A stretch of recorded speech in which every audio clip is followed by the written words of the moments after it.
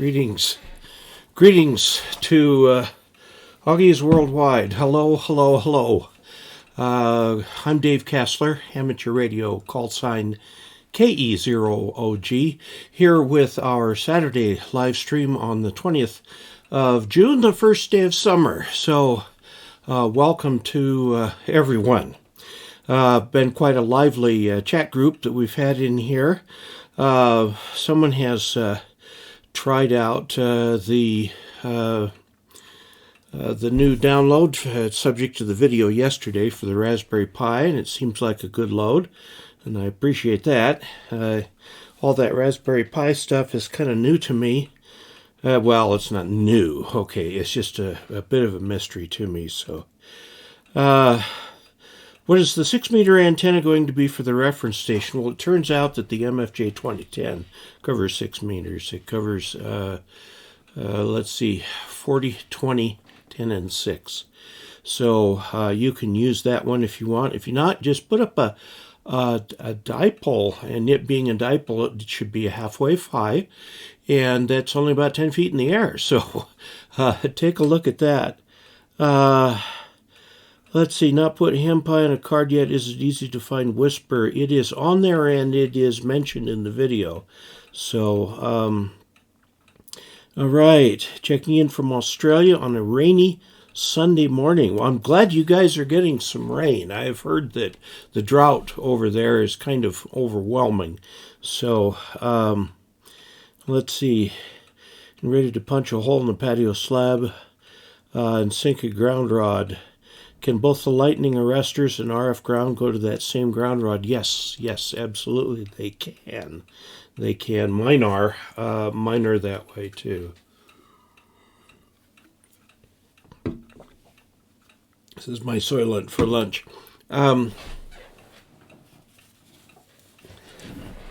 Let's see. What is new? Well, I'm not going to be flying again till July because the airplane, combination of the airplane instructor, the airplane and the instructor are such that I won't be able to get any flying in. I'm getting ready to take my written exam. Should be doing that here pretty soon. I took a bunch of sample written exams last night, and clearly the things I need to study are airspace, for one, which I keep getting wrong, and there was one other minor. They show you a sectional map like this. This is a sectional map, and they want to know what you have to do if you're on one of these sectional maps. They ask, well, how many minutes will it take to get from this place to this place? And, without being having a full-size sectional map and being able to use my little ruler here, I can't tell. I gotta eyeball it, I guess. Anyway, that's the way they are on the sample test. The sample tests are done by King Schools. They also do amateur radio stuff, and too online they've got courses for everything. I imagine you could take an accountancy exam on there if you wanted to. Okay, super antenna does 6 meters. Found it, but still haven't got a 6-meter contact. Got your General Monday, W9THC.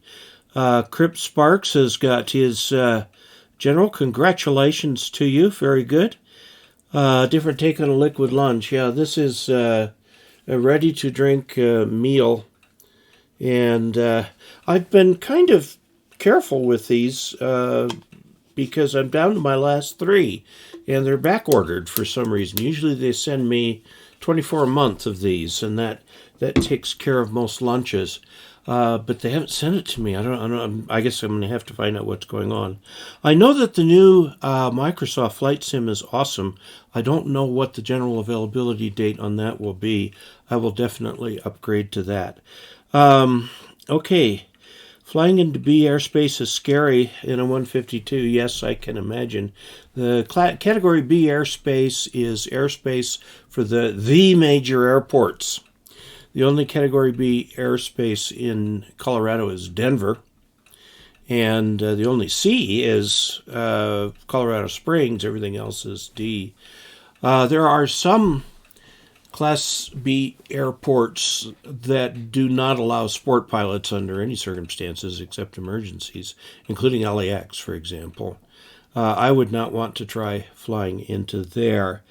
Let's see. Oh, yeah, well, I've got my little whiz wheel here. This thing is a circular slide rule designed especially for aviation. Let's see. Pi is great. Used a lot of times. Downloaded the new one. Have set it up in IC72000 and it's working great. Great.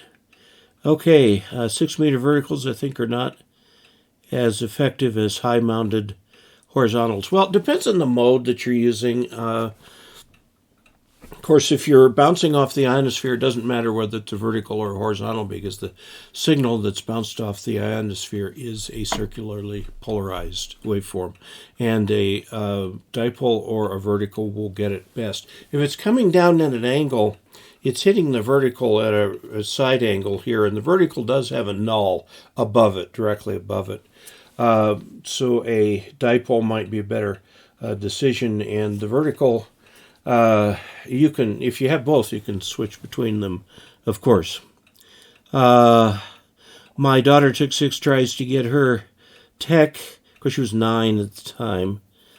You should do a live feed while on HF to show new generals basics of operating. We run into just a little bit of a problem because I'm not supposed to use ham radio for anything, quote, commercial. And so, well, I could do it with and not monetize it, I suppose. We could do that. And greetings from Iraq. The openings on 6 lately have been fabulous. Try the low end of 6 from 50 to 51 megahertz. Tune around in there. There are some calling frequencies and stuff that you can use for that. Like, for example, you can do 50.313, I think, is with FT8. So, let's, oh boy, that thing's going red. Is my audio clipping? Dave, would you replace the big computer with your Raspberry Pi and the software in your last video for the reference station?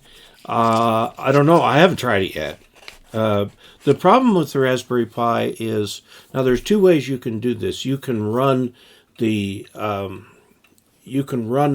remote display from your main computer to get to that, or you can do it directly. I will probably use the main computer when I do that.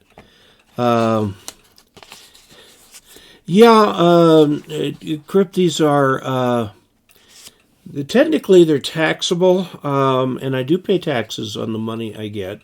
I paid taxes last year on the income from the channel, the support and everything like that. Let's see. Would you replace it soon? Is that FM, David? Okay, FM is vertically polarized. So if you're doing FM on 6 meters, you want vertical polarization. If you're doing so-called weak signal modes, which means everything other than FM, you would generally do horizontally polarized. A half-wave dipole would be about 10 feet for 6 meters. And yes, they will have the standard dipole pattern. If you move that dipole up further in the air, you'll start to see lensing in the vertical pattern of that dipole. Go ahead and try a 6-meter dipole at 10 feet. I think you'll be very surprised to find out how well it works. No clipping, good audio. Okay, great. Sandy, Utah. My folks are buried in Sandy, Utah. Prepping for the general exam at the end of the month. Very good. The end of the month is coming up here.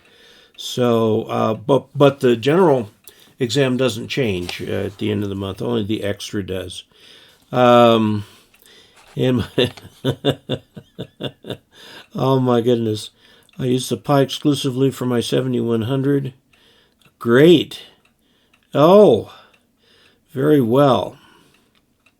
Okay, that it had disconnected for a minute, so there might have been a blank.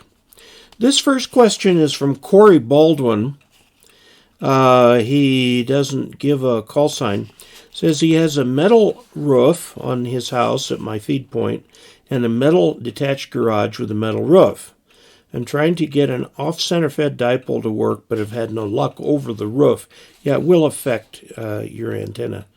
4-to-1 current balun as well as the 1-to-1 choke balun, and feed it vertical down to the basement shack with about 80 feet of RG8X, which is fine.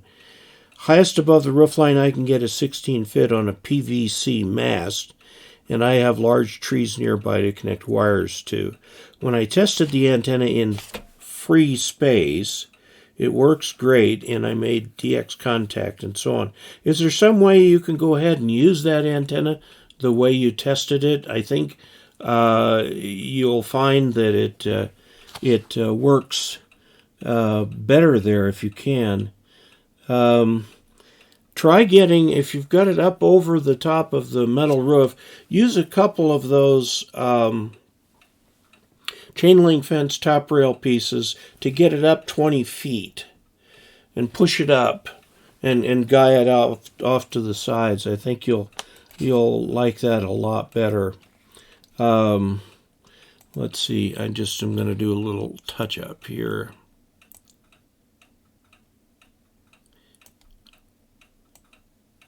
Whoops. There. So it doesn't look like I live in Antarctica or something.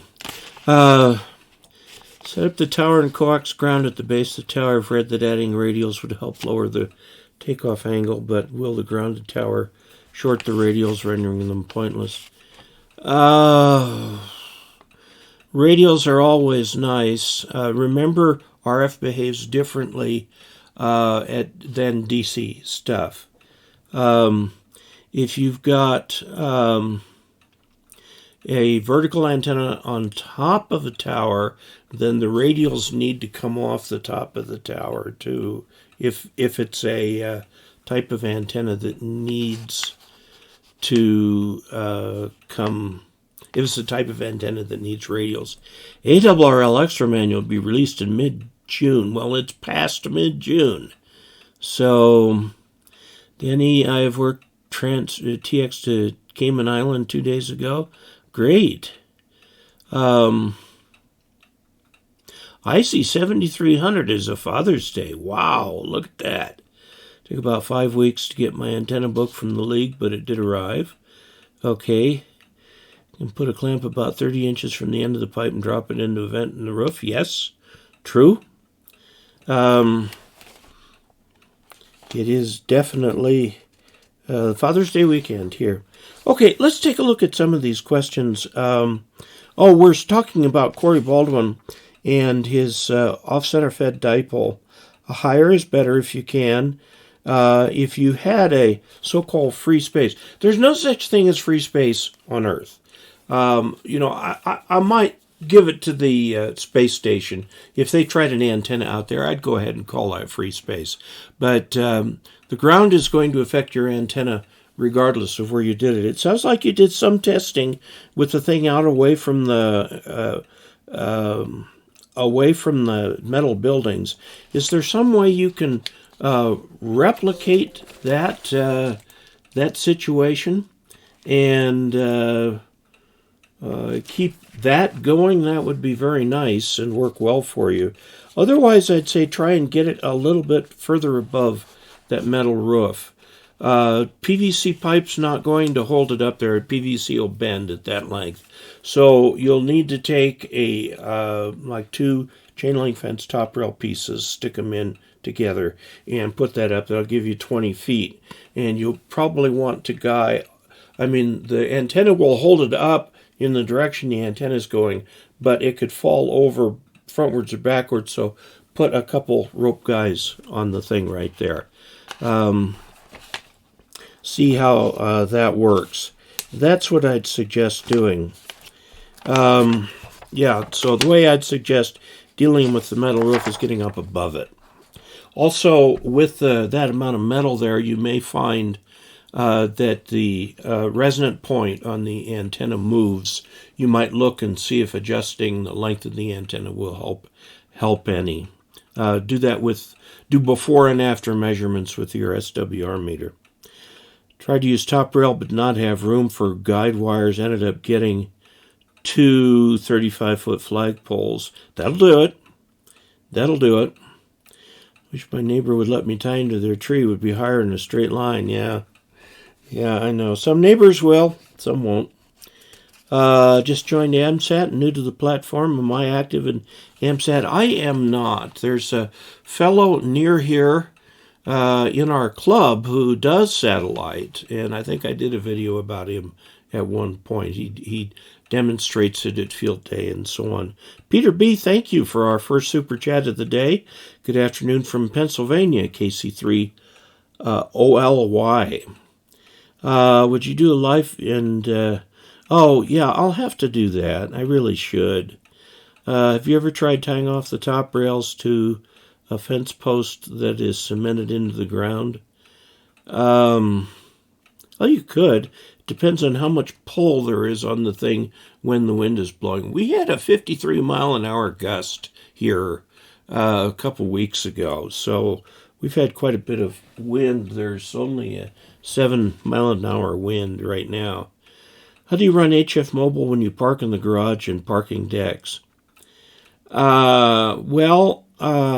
should use that ATAS 120 outside, not in the garage. Monoband ham sticks are great. Yeah, they would work quite well. This is from Eric Carr, KN4QNU. And he says he's looking for a power supply to build a ham radio base station and want a power supply that can supply the right amount of voltage, which is 13.8 volts, by the way. It can plug into a wall outlet. Has an option for battery backup. Okay. We were with the reference station power supply up until you got to that last requirement. I would still recommend the reference station power supply, which is the Samlex 1235 M. 1235M. That'll do you. That'll run pretty much everything. Now, the battery backup, look at West Mountain Radio. They have a sort of a DC voltage center. I'm not sure what they call it, but it's a thing you can attach power supply to, you can attach solar panel to, you can attach batteries to, and attach your rig to, and it will automatically send things in the right direction. So take a look at that. It's on West Mountain Radio, and see what you think of that.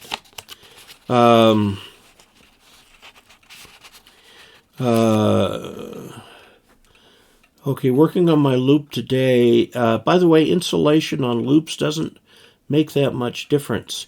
Andy Cowley in the UK, thank you very much for your super chat. Greatly appreciate it. Super chat is open. Fence rails are 8 foot with 2 foot cemented in the ground. That's 6 feet. That's probably solid enough to use as an attachment point for a guy. Let's see. Power Gate. That's called the Epic Power Gate from West Mountain Radio. So, Eric, that's the thing you want to take a look at, because it'll switch around power and go to a backup battery in case of an outage. It's a pretty amazing little thing. I keep wanting to get one of those and give it a try. Philip Croth. 2 quick thoughts on how to notify folks when you can't give a podcast. Create a banner at the top of your web page with a countdown to your next podcast. If I knew how to do that. If somebody has a little gizmo or gadget that will do that, that'd be great. Set up an RSS feed on my website. There already is one, by the way. A website at dcastler.com. And another thing that you can do is you can go ahead and subscribe to the website. Let me just show you the website real quickly here. We'll just go to dcasler.com. dcasler.com without the word perfect. We don't need to log in. Okay, here is my website.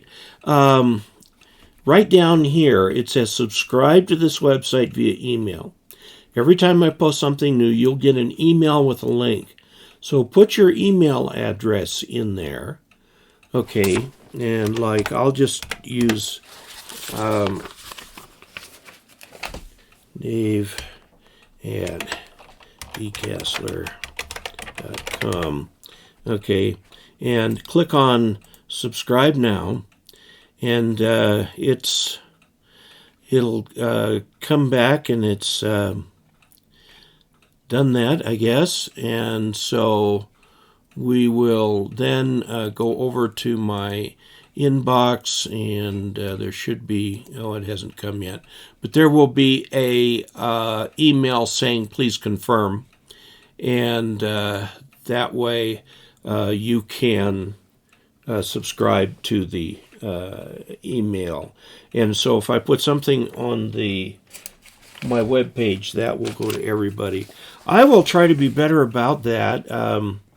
There is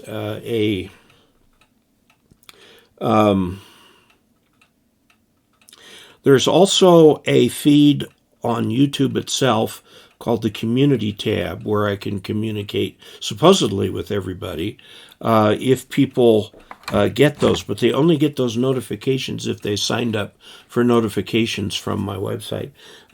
Most people, when they subscribe, they do not click the little bell.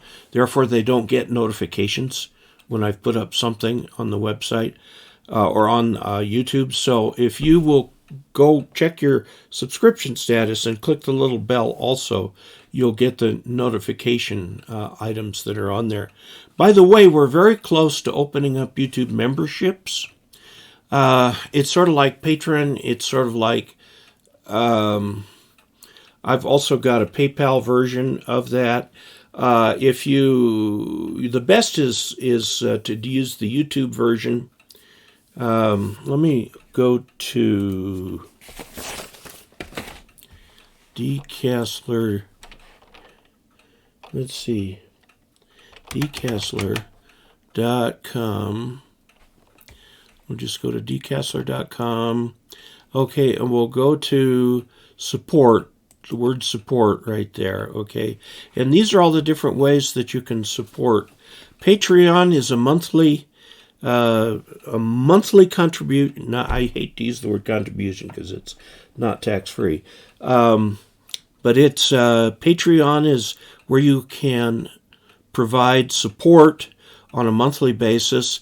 The one that has the littlest overhead is the monthly subscription on PayPal. There's also a tip jar. And now with the new YouTube method, YouTube takes 30%, though.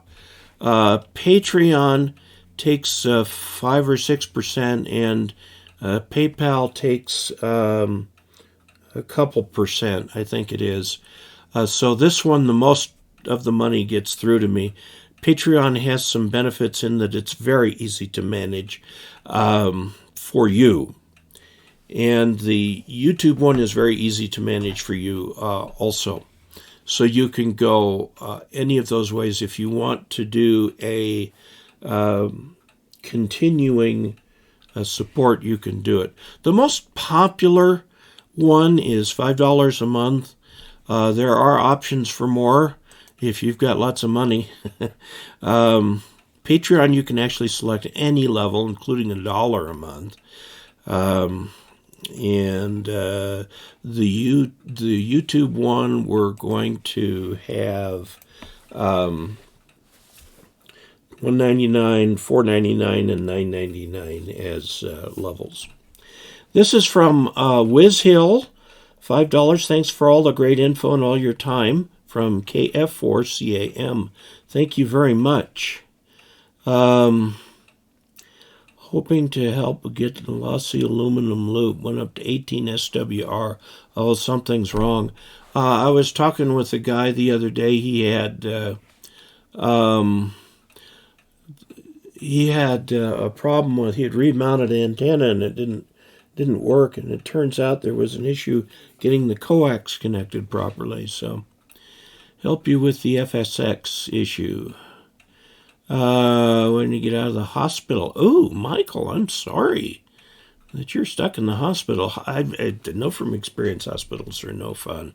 I had one where a nurse just hated me, but she'd yell at me. Woo! When will I be doing reference demonstrations of the reference station? Well, I've been doing a number of them, so I use it whenever I say anything about HF. I use the reference station. I haven't officially designated the VHF yet. Let's see.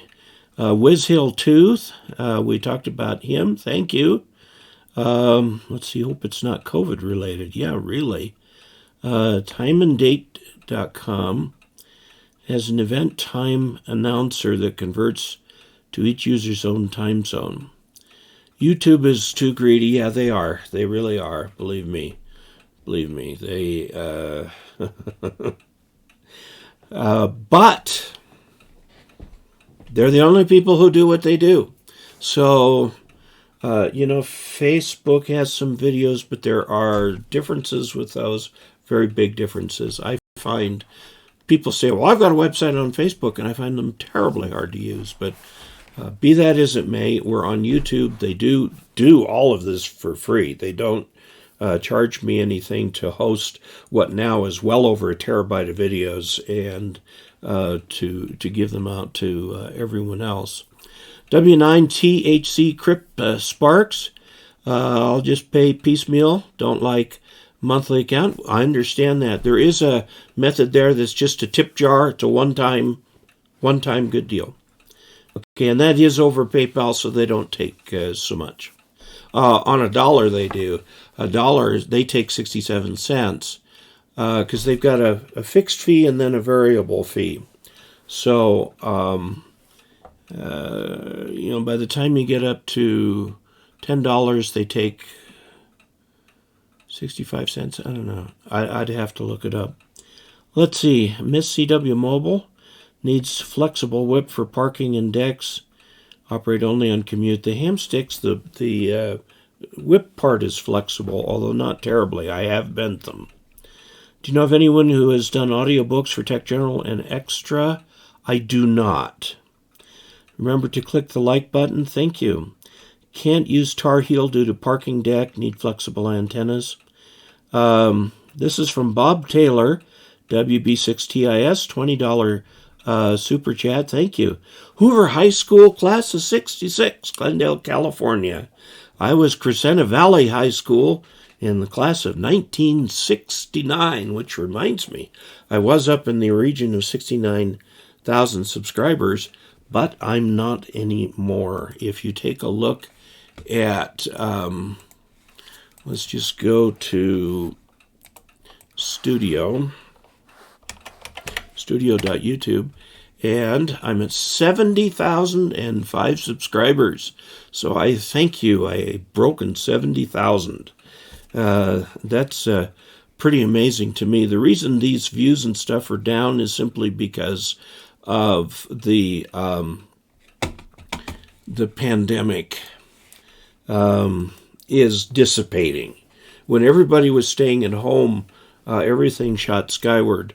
But now that the pandemic is simmering down in much of the country, the viewership is going back to normal, to what it was. It's still higher than normal. Sandoval Connections got a $200 vac cap, and I'm working toward AutoTuner building Arduino setup with stepper. Boy, that sounds like a very ambitious undertaking. Did you give up on the MFJ loop antenna? I have not.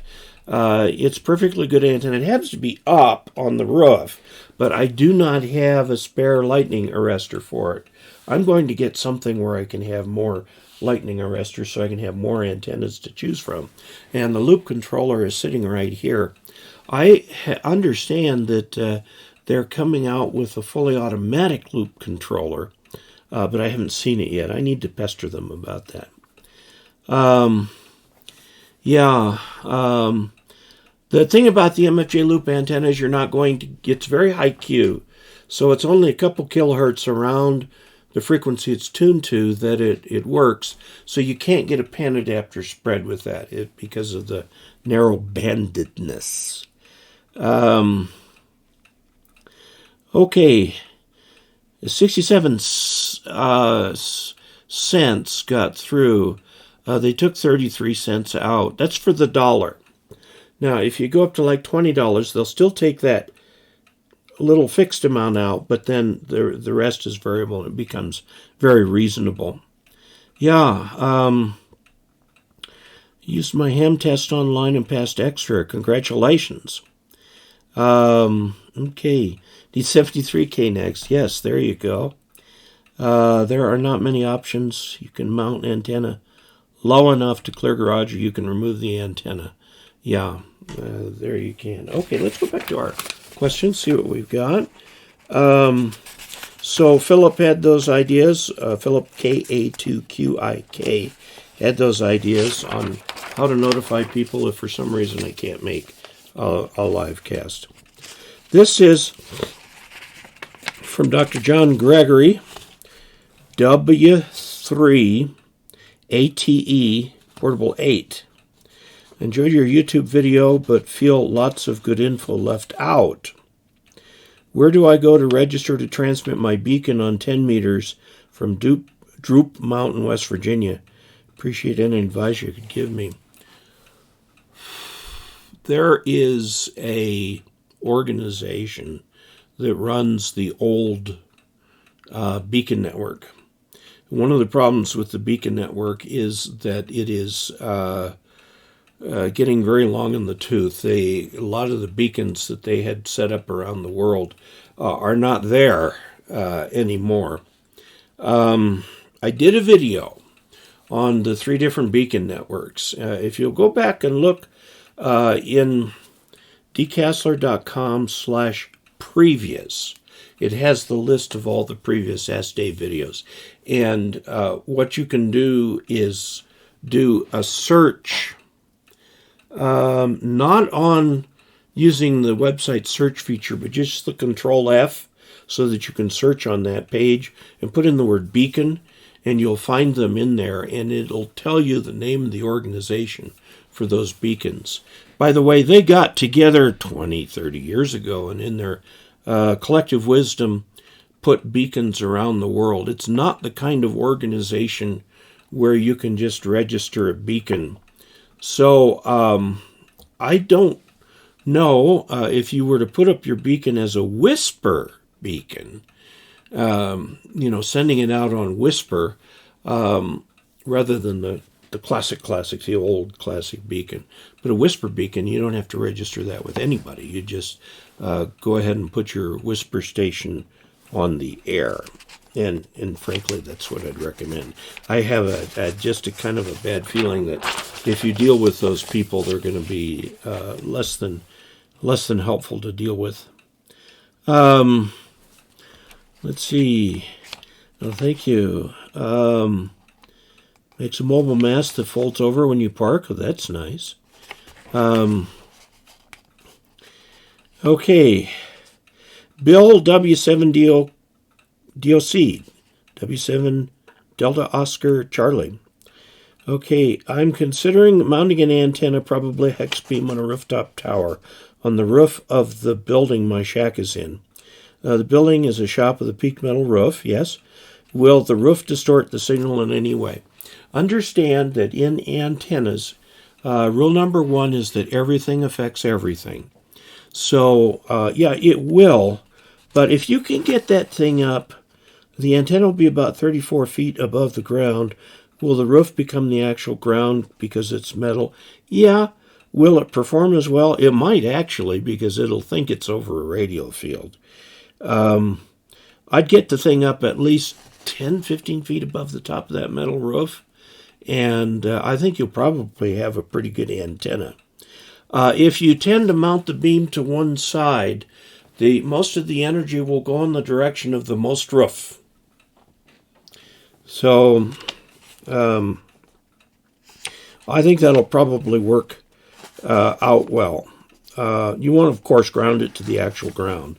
And, of course, your metal building should be grounded, too. If it isn't, you should see what you can do about that. Okay, this is from Paul Raduliscu, Victor Alpha 3, Lima Papa Romeo, from Bolton, Ontario, in Canada. I'm trying to experiment building a manual Pi L tuner, and I'm looking for parts. Most of the tuner schematics I found online to cover multiple bands, including several from MFJ, specify the values for the variable capacitor, but not the inductance.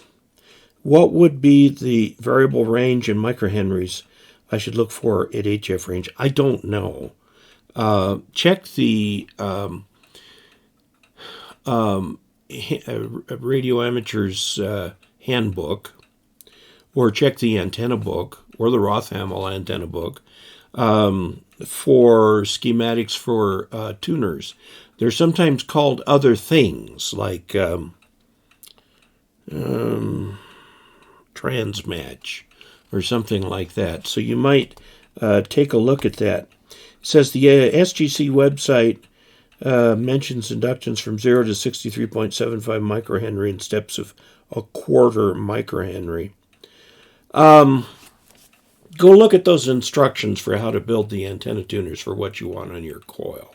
Now, you can have either a switched coil, or you can have what's called a roller inductor, where you can get any value of impedance that you want out of them. The roller inductors obviously are much more expensive than the tapped ones. Okay, this one is from Jeremy Frog the Nerd on YouTube. And his call sign is Kilo Echo 8, November Juliet Foxtrot. I want to thank you for all your excellent videos. I have wanted to be a ham since I was in high school. With the help of your videos, I was able to pass Tech in General late last year. In my mid-40s, well, very good, very good. I've been an over-the-road, long-haul truck driver for most of my adult life. I've been playing with CBs. Looking forward to my first HF rig.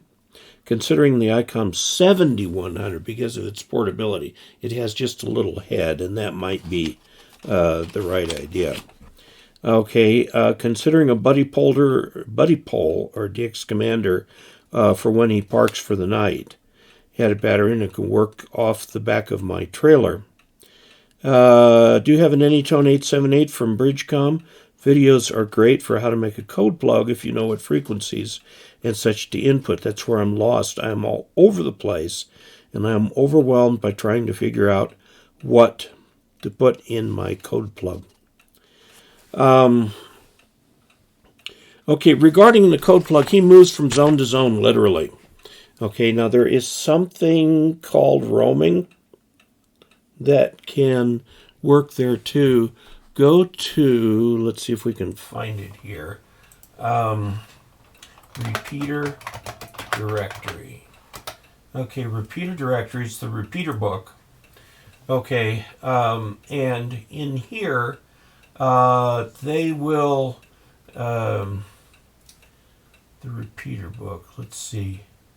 If we want to look by,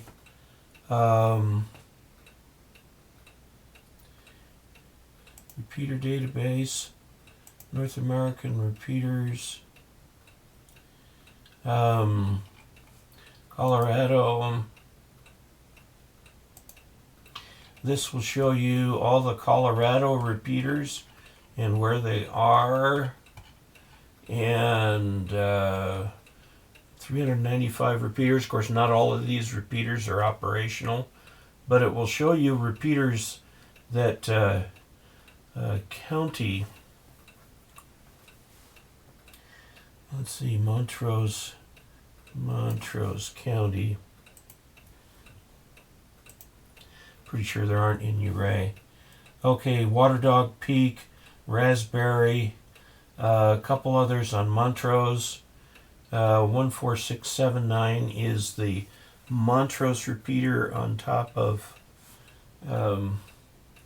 flat top, and it's owned by the city.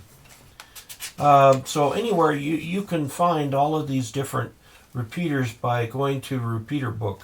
Now there is a membership for this if you want to do it long term and so on, but that is something that you can look at. You know, I didn't show the, right, I showed the overhead. I was supposed to show repeater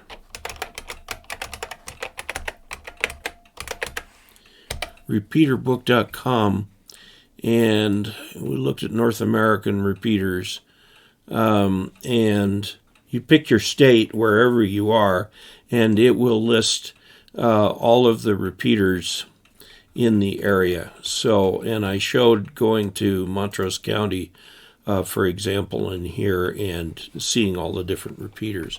That is the easiest and best way to find repeaters, I think. Okay, let's see. 31, 32, 34 on beacons. Okay. Aren't there whisper receive only stations? Yes, absolutely there are. Anybody who can turn their computer into a whisper receive only station and post the results at WhisperNet very easily. And that's what I plan to use my Raspberry Pi for over here, is to listen on that.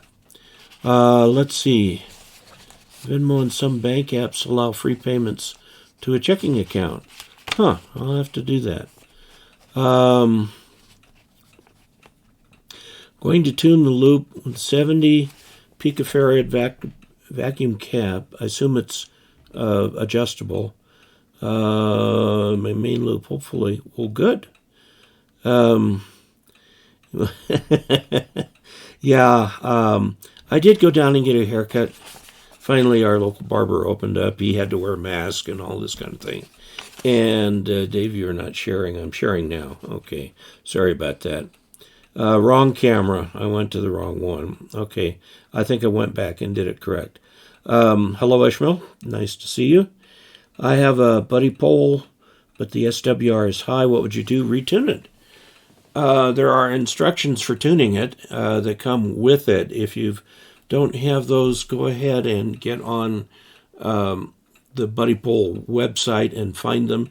The people at Buddy Pole are very receptive and quick to answer questions and can help you out. That I do have a video on the Buddy Pole you can go check out at dcasler.com/previous and look for the Buddy Poles there. Okay, this is from, let's see, we've talked to, oh yeah, we did. He's the over-the-road trucker. Let me set that little group aside and pick up this group right here. Okay, this is from Bruce Morris. No call listed. Enjoy your vlogs. I hope you have a simple issue fix for my radio. Recently passed my tech, and he has a new ICOM 7300 Get Your General, which is connected to MFJ 1778M G5RV wire antennas. I'm not much of a fan of G5RV antennas. Station is also grounded out to an 8-foot ground rod, 14 GA copper wire. You should use copper strap or something like that. Coax uses RG8X, which is fine. All joints wrapped for water intrusion. Good. I have to turn my output power down to 1% in order not to have the meter spike on both the VersaTuner and the 7300 internal meter. When I perform an ohm check on the antenna, no short is found. It could be an open. It sounds like it. If the thing pegs in the SWR meter, that means you're getting complete reflection. You have an infinite SWR. Something is disconnected, okay, somewhere. in there. A connector is not made properly or something like that. One thing you can do, go to the far end of the coax, out by the antenna. You may have to lower your antenna to do this. Okay, and plug that into a dummy load. If you've got a dummy load or can borrow one, go back in, you should get 1-to-1 SWR. Or go outside, disconnect it, check your coax inside and see that it's DC open. And then go outside and short it with a clip lead or something. Okay? And then come back inside and you should get a DC short. That's how you check your cable. Make sure that the G5RV really is making connection in the little, let's see, it's got a strip of ladder line coming down to the feed point. Check that out. Make sure that there aren't any opens in there, because that sounds like what it could be. Life and Death points out that PayPal gift payments are also free. Yeah, they're going to charge somebody for that, and they often charge the recipient, but that's okay. Frog the Nerd, thank you, $2. You're welcome. Keep retuning. Reece inexperienced. Yeah, not stupid.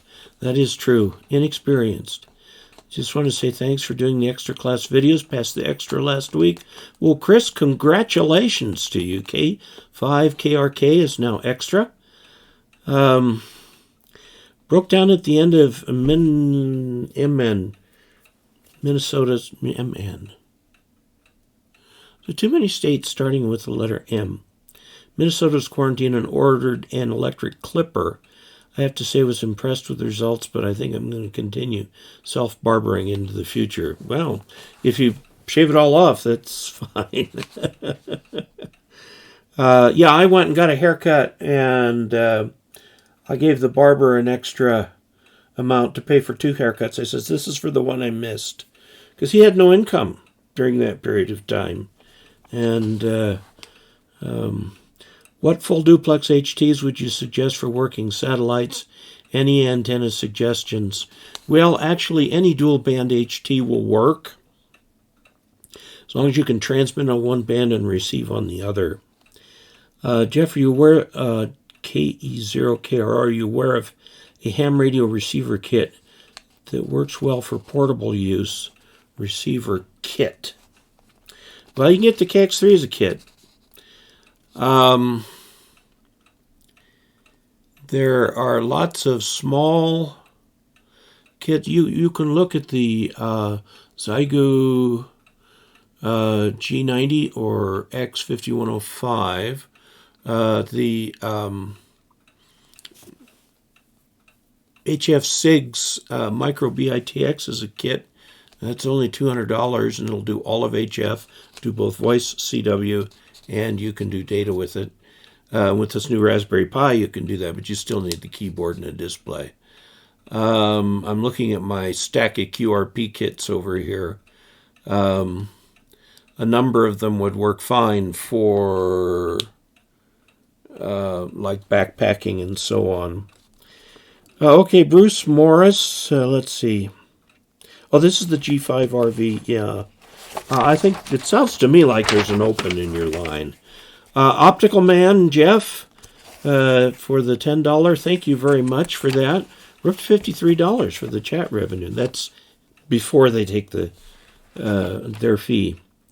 At a $7,300 for 5 months after receiving tech, only could FT8 and 10 meters. Yes, it will make you get that general soon. I hope so. Yes, do that.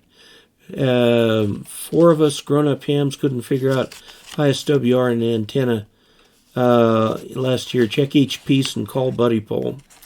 Okay, buzz cuts are easier to do at home. Yeah, I could never bring myself to do that. Hello from El Paso.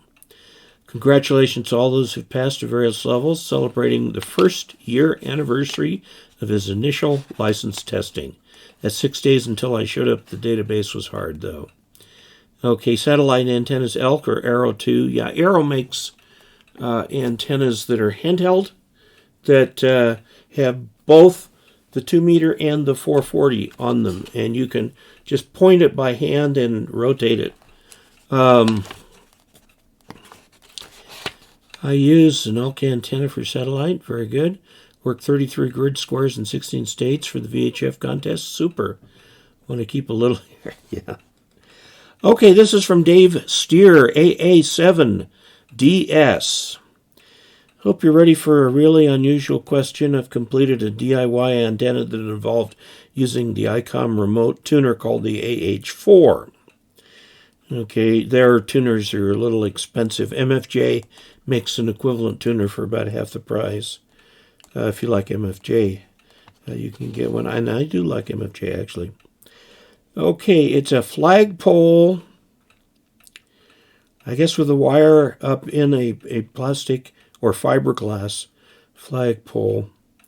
Okay, when they heard that my tuner was actually physically underground, no, that's fine. It works well, meaning SWR instantly tunes down to perfect 1-to-1 and 80 meters only. You tell me this tuner is actually part of the radiating structure of the antenna? No. And it makes no sense to put it physically underground. 2 to 3 feet above the lawn, well, then it becomes obvious to everybody concerned that you've got that thing. It doesn't need to go underground per se, but it does need to go immediately adjacent to the antenna. And if you do happen to put it like in a plastic box underground, make it just barely underground. One thing you can do, they make fake rocks that you can use for landscaping. Hide the thing under one of the fake rocks on the ground. Now, for this thing to work properly, you've got to have radials. Okay, if you don't have radials, it's not going to work. The 2 to 3 feet above the lawn does not make any sense to you, but you can put that tuner right at the base of the antenna, but then you should have some radials out there. And what a lot of people do is they'll take a sod cutter, which is like an overgrown pizza cutter, and do a slice in the sod and lay a radial wire in the hole as you go. All right? So that buries your radials. And that grass will grow over that, and people will never know. Don't put the radials more than a couple inches down, though. They just need to be like at ground level, okay? So that when you mow, you don't yank them up or anything like that. But you can get a little sod cutter or some equivalent to that down at your Home Depot or Lowe's or someplace like that, or a garden store or a nursery or something, okay? That will help greatly with the tuning, by the way.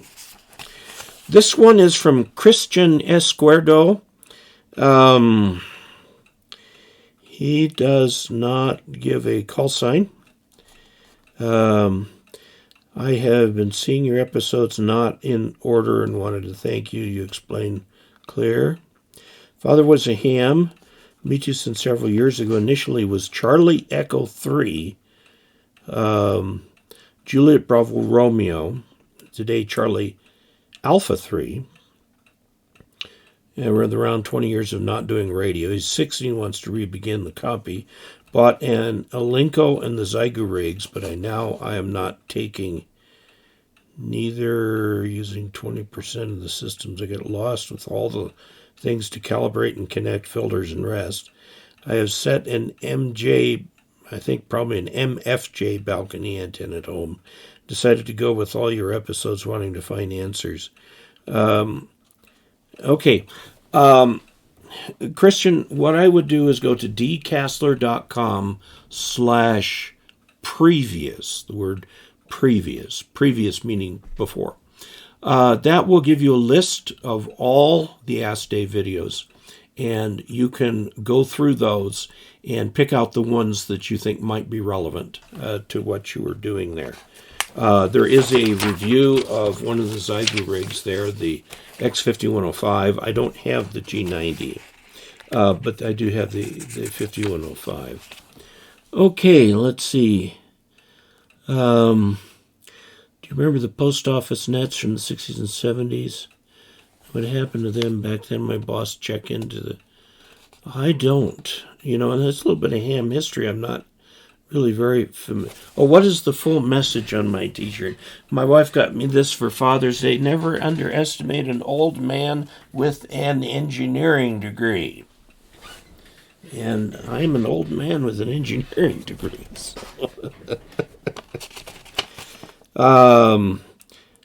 This is from Cal Carr. How do I properly ground an antenna, mast, and radio? I currently have a mobile 2-meter radio at my base station. He's KN4UZO. Uniform Zulu Oscar. Top of an old TV mast. It was here when I moved in. Unsure about it being grounded. Recently bought a Diamond X50 and antenna and was curious about proper grounding.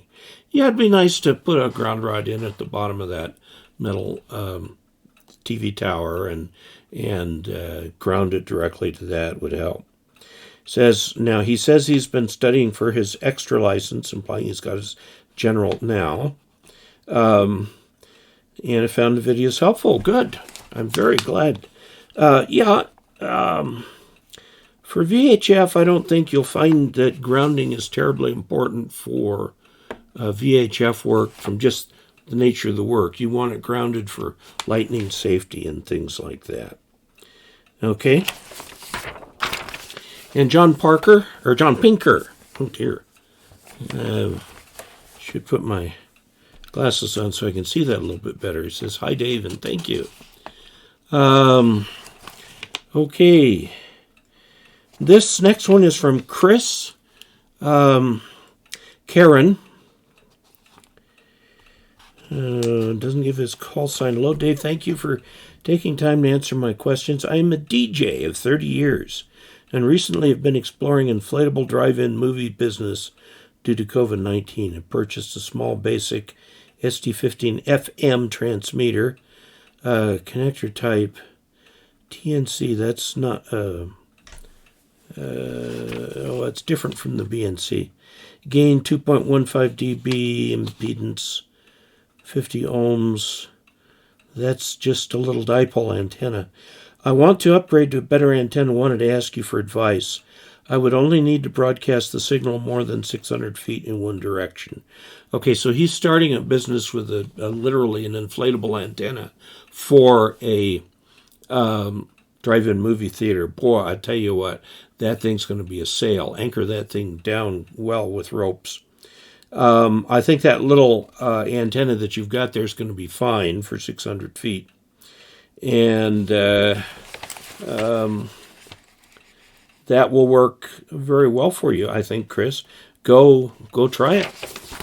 Go try it. I think all those things are, it's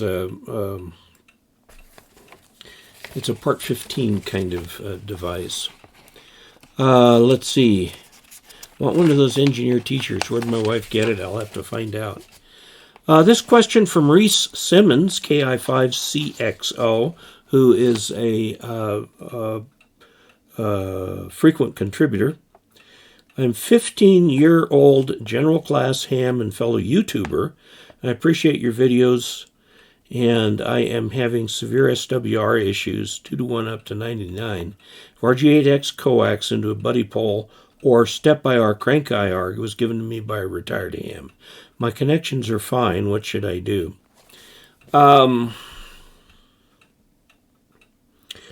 Okay, there could be... Now, the step-by-R crank IR is a fairly high Q device that you need to get. You need to take your SWR meter and go find where the null is, where the low spot is on SWR, and then adjust the antenna, make it shorter. If you're going higher in frequency, make it longer if you want the low SWR point to go lower. And then pull that SWR point to where you want it. The buddy pole should, again, if you read the instructions very carefully, it's a little bit of a high Q antenna itself. You've got to have that thing in the right place. But I would suggest with your SWR meter, or you've got an antenna analyzer, I hope, find where it is actually resonant and either shorten or lengthen the antenna to move that resonant point up into the ham band where you want to use it. I hope that will work with you. Let me know, Reece, how that works out. This one is from Greg Crowder. Do you plan to update your amateur? Yes, I do. Greg, I am going to do it. Somebody said in here they're not shipping till mid-June. Well, it's past mid-June. It's past mid-June, so I don't know when I'm going to get my updated manual, and I can't start updating the videos till I get the updated manual. When it comes, and I will start doing it. It'll probably take me a couple months to get all the videos updated. There's, I think, over 40 videos, and they all need to be looked at, and it's going to be a major project to do the upgrades for that. Okay. This is from Danny KI5CXO, Danny Harbor. I'm building ham radio shack in the rear of my 45-foot RV. Oh, I think we talked about this on a previous Ask Dave. He has 50 amp service for inside the RV and has 3 air conditioning units, all the 110 volts outlets, and he wants to add an additional 30 amp service into the rear tow hauler for some additional. Should I add a ground wire to the RV chassis for the 30 amp service? It is grounded for through your 50 amp service. So I think, yeah, we've discussed that one. This is from Bruce Tiss. Again, when are you planning on upgrading the amateur extra videos? Very soon. When I get the book. If you know anybody at the ARRL, tell them I'm waiting for my book. And all of you are waiting on me to get those videos updated. This is from Harlan Falkin. Hi Dave, great videos. I'm trying to use a Yaesu ATAS 110 antenna as my apartment antenna. You've got to recognize that the ATAS antenna expects to be connected to a vehicle. The vehicle's a great big hunk of metal. Okay, can I bolt it to the balcony railing? Yes, you can. You need to make an electrical connection to that railing for that to work, just like you need to do with the mobile antenna. How do I RF ground the antenna? Well, it's just like when you're mobile. If you have problems with RF problems in the, I'm not sure. I got John Pinker, $10. Thank you. Okay. Yeah, if you have problems with RF in there, use a counterpoise. MFJ makes an artificial ground. You can do one of those. We're out of time. Thank you all so very much. Yeah, if it's retired, it might have been cranked too many times. You can check that. That's true too.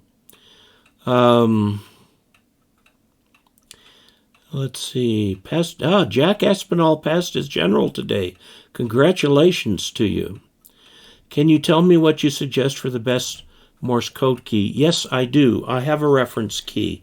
If you'll go to dcasler.com/reference, you'll see the reference station in there with all the components. There is a key in there. You can go take a look at that. It's a small little key. Yeah, the actual best will cost hundreds of dollars. This does not cost $100. It's about $40 or something. You need to start every live stream with a statement saying, yes, I will be upgrading the extra videos once I get the book. Okay, Monday, let's see, have a great weekend all. Haven't checked, is the new extra question pool available? The pool itself is available. It has been available for quite some time. You go on the ARRL, they will have the pool, or you can just Google the extra question pool and find the new one. Passed my tech via online testing last week. Congratulations. Thank you very much. And hit the like button. Yes. Thank you all very much for a wonderful session. We had 165 concurrent viewers, 72 likes, $63 chat revenue, which can go toward buying things to test and use and so on. And I really appreciate that. Thank you all for being part of this. So I'm going to say 73 to you. Our next live stream will be on Thursday evening at 7 p.m. U.S. Mountain Time, which during the summer is 0100 UTC. Friday 0100 UTC is 7 in the evening here in the Intermountain West. And let's see, there was one other point. Tomorrow's video should, if I get it out tomorrow, is going to be about the new My Antenna 80 through 10 end-fed dipole antenna, which is up. I did some initial testing on it, and I'm going to talk about that, putting it up and doing the initial testing. And then we'll have a follow-on video during the week where I get on the air with it and do some comparisons with my other antennas. So we've got that to look forward to this coming week. So thank you all very much. 73 for everybody. Happy Father's Day to all you fathers out there, or your own fathers out there. Be sure to call your father if he is still living and let him know how much you appreciate him. Given the average age of this group here, I suspect most of us are grandfathers or something like that. All right, thank you. 73. Oh, let's see, want to go Amiga fiberglass body. How do you earth the antenna? You can, on the inside, if you want to put on the roof, just put some, well, I'm going to let the experts answer that question because I don't really know. But yeah, you'll need some sort of radials on that thing. Or attach to the bumper. Well, the bumpers are plastic these days, aren't they? I'm not sure. Let's let other people. End-fed dipole, yes. Let's see. All right, end-fed half-wave dipole for 80 meters, but it's really a long wire antenna on the other bands. So I'm going to say 73, and we'll see you very soon.